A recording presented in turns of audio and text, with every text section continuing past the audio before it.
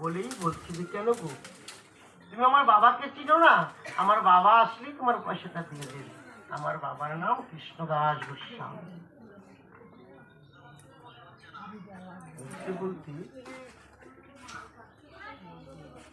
বলছি, কৃষ্ণদাস গোস্বামী? ওরে পাগল ছেলে, আমার সঙ্গে তুই কথা বলছিস? কৃষ্ণদাস গোস্বামী তো জীবনে বিয়েই করেনি, সংসারই করেনি।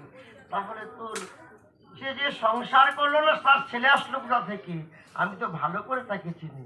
চালাকি করে আমার জায়গা পাচ্ছ না, দাও মিষ্টিটা ফিরিয়ে দিয়ে দাও। সবে মাত্র সকালে দোকানে করেছি, মিষ্টিটা ফিরিয়ে দিয়ে দাও। বলতে বলতে বলছি, কেন গো? আমি তো বলেছি আমার বাবা আসলে তোমার মিষ্টির পয়সা দিয়ে দেবে। বলছি না,